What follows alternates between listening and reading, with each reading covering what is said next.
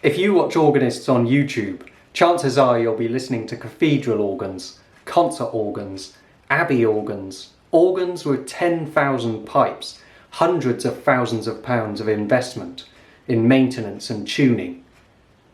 But the question is, what about England's forgotten organs, the sleeping giants slowly dying in the corners of remote village churches?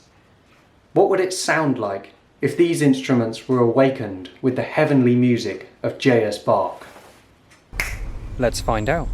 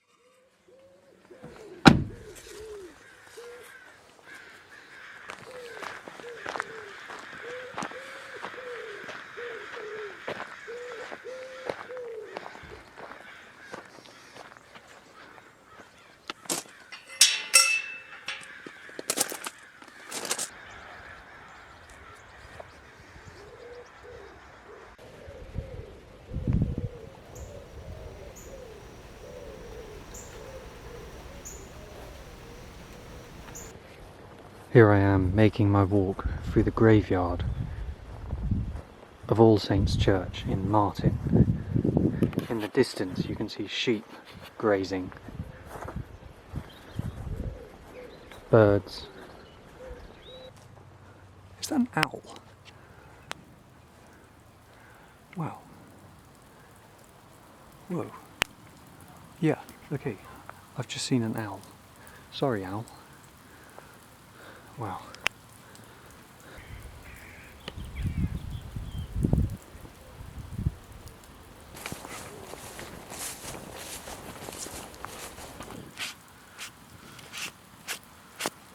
So, it's time to go in, out of the rain.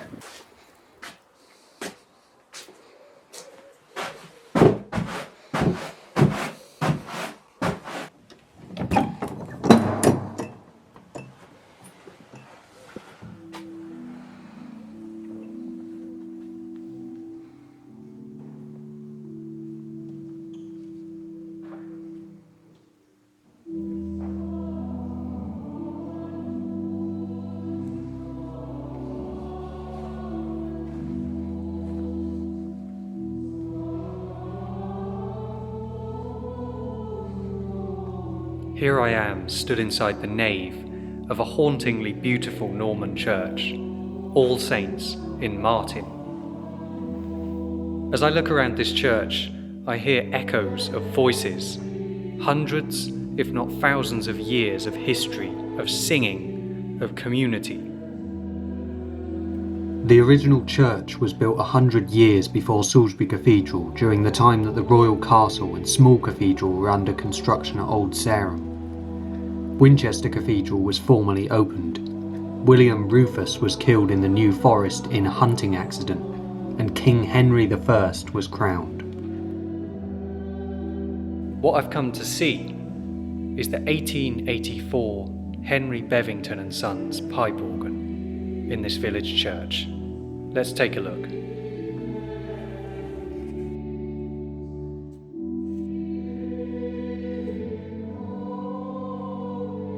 This is a one-manual organ by Henry Bevington and Sons, who I believe installed an organ in St Martin in the Fields in London.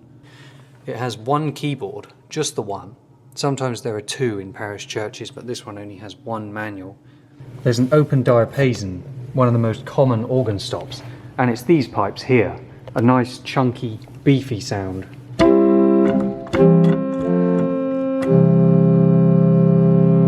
That's the foundation of all hymn playing. You'd start with the open diapason, build up with a principal which plays an octave higher.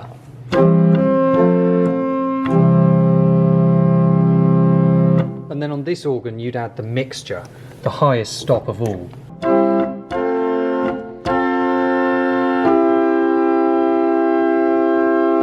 Really weirdly, the most unusual thing on this organ actually, there's an oboe Might seem normal, but on a one manual organ it's strange to have an oboe stop, because normally an oboe would be used for solos.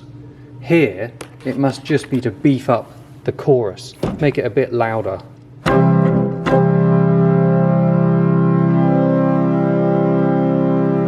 The one thing I haven't showed you viewers is the pedal board down here. Very, very small.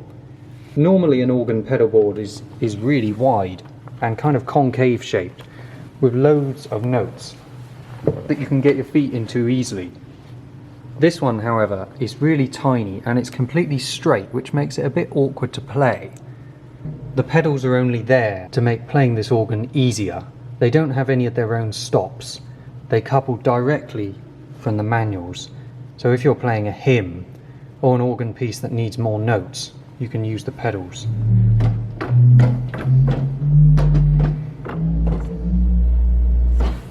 This organ may be small, but there are certain tips and tricks you can pull off to make it look bigger than it actually is, and to make it sound bigger. Let me show you a couple of those. We know that this organ only has one keyboard, but you can actually pretend that it has two or more by changing the stops. For example, say you're on the loudest sound.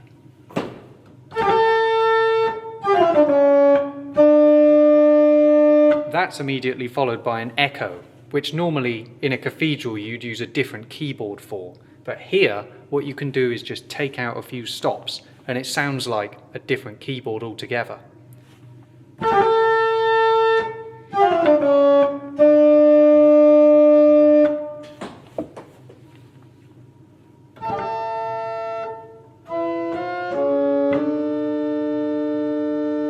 And then back down to the main keyboard.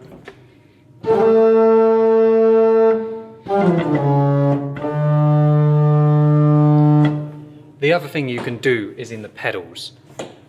In cathedrals there are reed stops in the pedals and there are 32-foot long pedal pipes. Here we don't have that, but the way you can simulate it is by playing a fifth in the pedals. Look at this.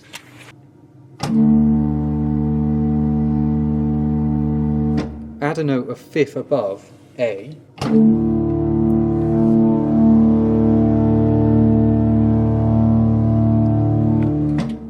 You get a rumble, which is called a harmonic.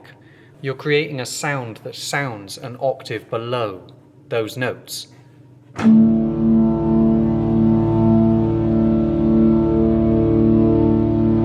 In other words, you can make it sound like this organ has bigger pipes than it actually has.